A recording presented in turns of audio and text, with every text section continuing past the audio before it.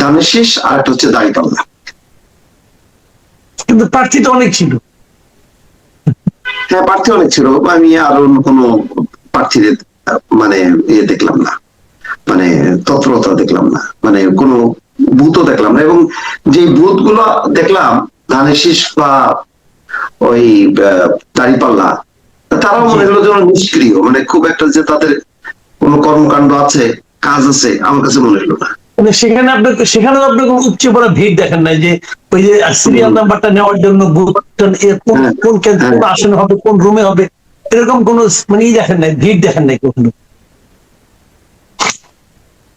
আহ আমি আসলে একদম মানে এক ধরনের শূন্য অবস্থা দেখলাম।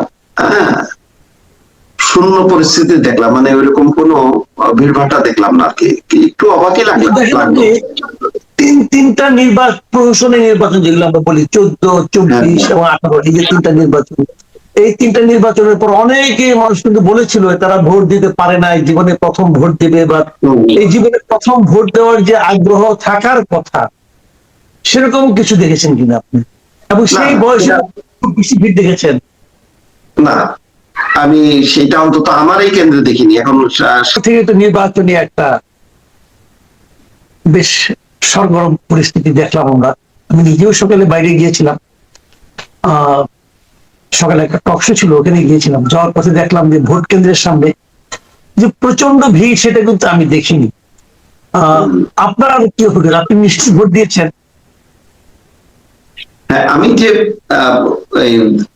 লেক সার্কাস উচ্চ বালিকা বিদ্যালয়, এখানে ভোট দিতে গেলাম। তো আমি একদম স্টেট, মানে কোনো লাইন ছাড়াই ঢুকে পড়তে পারলাম আমার বুথে। আবার কোনো কোনো বুথে, ওই স্কুলের কোনো কোনো বুথে আবার লাইন দেখলাম, বিশেষ করে মহিলাদের, নারী ভোটারদের লাইন দেখলাম। তবে একেবারে যে খুব উচ্চে পড়া তেমনটা মনে হলো না। এবং পরিবেশ খুব শান্তিপূর্ণ, সেনাবাহিনীর টহল, পুলিশ সব মিলায় নিরাপত্তাটা অন্তত নিশ্চিত। এরকম নিরাপত্তা ব্যবস্থায় আরো ভোটার হওয়ার কথা। এখন জানি না তারা সকাল সকাল অনেকে ভোট দিয়ে চলে গেল কিনা। নাকি এমনটি কি হতে পারে যে ঢাকা শহর তো আপনি গত 2 দিন ধরেই দেখছেন, ঢাকা শহর উপস্থিতি একটু কম, তো হ্যাঁ, অনেকে বাড়ি গেছে। আসলে আমাদের তো ভোটের ব্যাপারে তো আগ্রহটা অনেক আগে নষ্ট হয়ে গেছে। তো অনেকে এই ছুটিটা কাজে লাগাচ্ছে, কেউ ভোটার হোক বা না হোক, তারা মানে ছুটিটা ভোগ করতে চলে গেছে। আবার অনেকে হয়তো ভোটার গ্রামে, এখানে না, সেখানে চলে গেছে। ভোট কেন্দ্রের সামনে আপনার আশেপাশে রাস্তাতে যে আপনার বিভিন্ন প্রার্থীদের যে ক্যাম্প হয় ছোটখাটো, যে ক্যাম্পের মধ্যে মানুষ যে তাদের নাম্বার গুলি সংগ্রহ করে, আপনি এরকম মানে কয়জন প্রার্থীর ক্যাম্প দেখেছেন? আমি দুটোই দেখলাম, একটা ধানের শীষ আর একটা হচ্ছে দাঁড়িপাল্লা। কিন্তু প্রার্থী তো অনেক ছিল। হ্যাঁ, প্রার্থী অনেক ছিল। আমি আর অন্য কোনো প্রার্থীদের মানে দেখলাম না, মানে তৎপরতা দেখলাম না, মানে কোনো বুথও দেখলাম না। এবং যে বুথ গুলো দেখলাম ধানের শীষ বা ওই দাঁড়িপাল্লা, তারাও মনে হলো যেন নিষ্ক্রিয়, মানে খুব একটা যে তাদের কোনো কর্মকাণ্ড আছে, কাজ আছে, আমার কাছে মনে হলো না। মানে সেখানে আপনি কোনো উপচে পড়া ভিড় দেখেন নাই যে ওই যে সিরিয়াল নাম্বারটা নেওয়ার জন্য বুথ কোন কোন আসনে হবে, কোন রুমে হবে, এরকম কোন মানে দেখেন নাই, ভিড় দেখেন নাই কখনো?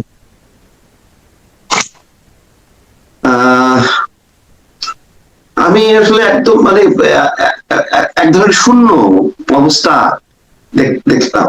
হ্যাঁ, শূন্য পরিস্থিতি দেখলাম, মানে ওইরকম কোনো ভিড়ভাট্টা দেখলাম না আর কি। একটু অবাকই লাগলো। তিনটা প্রহসনের নির্বাচন, যেগুলো আমরা বলি 14, 24 এবং 18, এই যে তিনটা নির্বাচন, এই তিনটা নির্বাচনের পর অনেকে মানুষ কিন্তু বলেছিল তারা ভোট দিতে পারে নাই, জীবনে প্রথম ভোট দিবে, বা এই জীবনে প্রথম ভোট দেওয়ার যে আগ্রহ থাকার কথা, সেরকম কিছু দেখেছেন কিনা আপনি? এবং সেই বয়সে খুব বেশি ভিড় দেখেছেন? না, আমি সেটা অন্তত আমার এই কেন্দ্রে দেখিনি। এখন সারা ঢাকা শহর আমার ঘোরা হয়নি, তবে আমার স্টাফ ইকবাল, সেও বললো যে একদম ফাঁকা দেখছে তার ধানমন্ডির একটা কেন্দ্রে, সেও সেটা দেখেছে। এই চিত্রটা হয়তো রাজধানীতে আমার মনে হচ্ছে বিশেষ করে একদম শহর এলাকায়, আবার হয়তো পাশের এইগুলি একটু পুরন ঢাকার দিকে বা সাইডের শহরতলি সেসব জায়গায় হয়তো চিত্রটা ভিন্ন কিনা আমি জানি না। তবে কেউ কেউ বলেছে আমার পরিচিত তারা বেশ লাইনে দাঁড়িয়ে ভোট দিতে তাদের কষ্ট হয়েছে সকালবেলা দিকে পুরান ঢাকায়। হ্যাঁ, তবে মিশ্র আছে, মানে তবে আওয়াজ যে এরকম আওয়াজ ছিল যে একেবারে টইটম্বুর অবস্থা হবে, ভোট 70% পার হবে, হ্যাঁ, আমার মনে হয় না সেরকম। এটা যদি 10-50% হয় আমার মনে হয় যে সেটা অনেক। এখন যে পরিস্থিতি 50% ভোট তো হয়েছিল 91 এর কথা, 91 এর ভোটের কথা নিশ্চয়ই আপনার মনে আছে। তখন যে 91 কত কত ছিল 91-এ? 91 ছিল 51%। 51, তাহলে তো 51% আসাটাও কঠিন হয়ে যাবে যদি রিয়েল ভোট হয়। তাহলে ধরে নিতে হবে 40-45। আচ্ছা আচ্ছা আচ্ছা, এরকম কাছাকাছি পেলেন। এটাতে আপনার 91-এ তো ধরেন আওয়ামী লীগ ছিল, এবার তো আওয়ামী লীগ নেই, তাই না? তো এখন এবার আওয়ামী লীগ ছাড়া ভোট হচ্ছে। এটা যতই বলি না কেন বাংলাদেশের দীর্ঘদিনের ঐতিহ্য নৌকা ধারে শেষ, কোনো একটা অংশ যদি না থাকে তাহলে সেই ভোটের আর থাকে না। ঢাকায় দেখেন না মোহামেডান আহ্বানী, আপনি মোহামেডানের সাথে যদি ভিক্টোরিয়ার ফাইনাল খেলাও দেন জমবে না, আবার আহ্বানীর সাথে যদি ফখরের পোলে দেন জমবে না। বিশ্বকাপে দেখেন এই যে যতই থাকুক নিউজিল্যান্ড থাকুক, পাকিস্তান ভারত না থাকলে আর জমে না। এবার পাকিস্তান খেলবে না বলে হাহাকার, পায়ে ধরে পরে তাদেরকে নিয়ে আসতে হলো। বাংলাদেশের বিসিবির সভাপতিকে উড়াই নিয়ে পাকিস্তানে নিয়ে যে একটা বুঝ দিয়ে পাকিস্তানকে রাজি করানো হলো, তাই না? ট্রেন্ড এটা, এই ট্রেন্ড কি আপনি মানে ভাঙার চেষ্টা করছে তো শেখ হাসিনা, কম না, তাই না?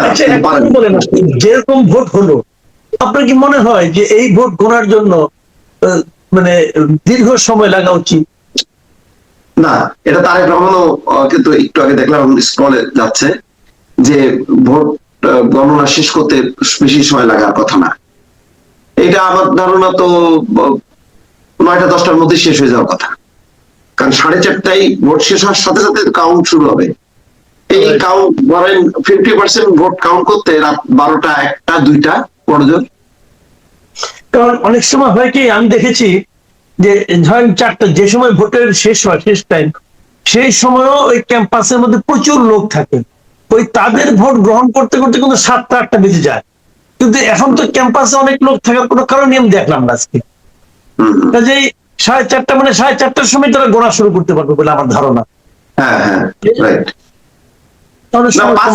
আপনি 5টার থেকে যদি গণনা শুরু করে মানে কি আর সময় লাগবে আর কি, আমি তো বুঝি না।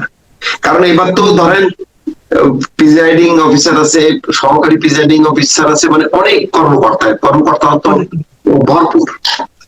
হ্যাঁ, সেখানে সময় লাগার কথা না। আমরা আলোচনা শেষ করে, যেটা লম্বা আলোচনা করবো না আমরা, কিন্তু আমি আগে জানতে চাচ্ছি, আপনি তো মানে নতুন একটা অভিজ্ঞতা হলো আপনার রেফারেন্ডাম, মানে হা না ভোট নিয়ে, এটা নিয়ে আপনার প্রতিক্রিয়াটা একটু বলবেন। ব্যালটটা পাওয়ার পরে কি মনে হলো, কি করলেন? ব্যালটে আমি হাতেও ভোট দিইনি, নাতেও ভোট দিইনি, সত্যি কথা বলতে কি আমি খালি পেপারটাই ঢুকাই ফেলছি। কারণ এটা আমার কোনো আগ্রহ নেই, বরং যদি আমাকে বলতো যে না তোমাকে ভোট দিতেই হবে, তাহলে হয়তো আমি নাতেই ভোট দিতাম। আমি আমার প্রসঙ্গে শেয়ার করতে চাই। আমি ভোটটা পাবো, ভাড়া ভোটটা পাবো, আমি কিন্তু এই জুলাই সনদে সবগুলি সনদ খুব মন দিয়ে পড়েছি। এটা অনেকে অত ধৈর্য ধারণ করেন, আমি ধৈর্য নিয়ে আমি পড়েছি, পরে আবার মিলাইছি, অমুক তমুক সবকিছু করছি। করার পর আমার কাছে মনে হয়েছে এখানে অনেকগুলো বিষয় আছে যেগুলো আমি খুব পছন্দ করি, আবার অনেকগুলি বিষয় আছে যেগুলো আমি পছন্দ করি না, অথবা আমি মনে করি বাস্তবায়ন যোগ্য নয়। কি করবো, তখন আমি 2টার মধ্যে সিল মেরে দিয়ে আসছি। আমি হাতম চাই, অনেকগুলি জিনিস আমি চাই, ওইটা মনে করে হাতে মারছি, আর যেগুলো আমি চাই না সেগুলো মনে করে নামতে পারছি। তাহলে কি করবো বলেন? আপনি অনেক অনেক রসিক বলে এটা করছেন। ইস, আমার যদি এরকম ইয়ে থাকলো, রড থাকতো, তাহলে আমিও হয়তো তাই করতাম। এখন ওইটার ভাগ্যে কি আছে আমি বলতে পারবো না, ওটার ভাগ্য বাতিল, কোথায় যে দাঁড়াবে। ওটা বাতিল, তারপরে আমি কোনোটাতেই দিলাম না, সেটাও বাতিল। একই জিনিস, তাহলে আপনারটা আমারটার শেষ পরিণতি কিন্তু একই। একই, হ্যাঁ, ঘুরে ফিরে এক জায়গায় আমরা। যারা মুস্তাফিজ, আজকে আপনার খুব ব্যস্ত দিন, আমি জানি আপনি প্রচুর কন্টেন্ট করবেন আজকে, নিশ্চয়ই ঘন্টায় ঘন্টায় আপনি করেন। এবং আমি দর্শকদের বলবো আপনারা মুস্তাফিজকে ফলো করেন, আপনারা ঘন্টায় ঘন্টায় আপডেট জানতে পারবেন। আজকে আমার আলোচনা এই পদে শেষ করি। ভালো থাকবেন প্রিয় দর্শক, আপনারা ভালো থাকবেন। আল্লাহ হাফিজ।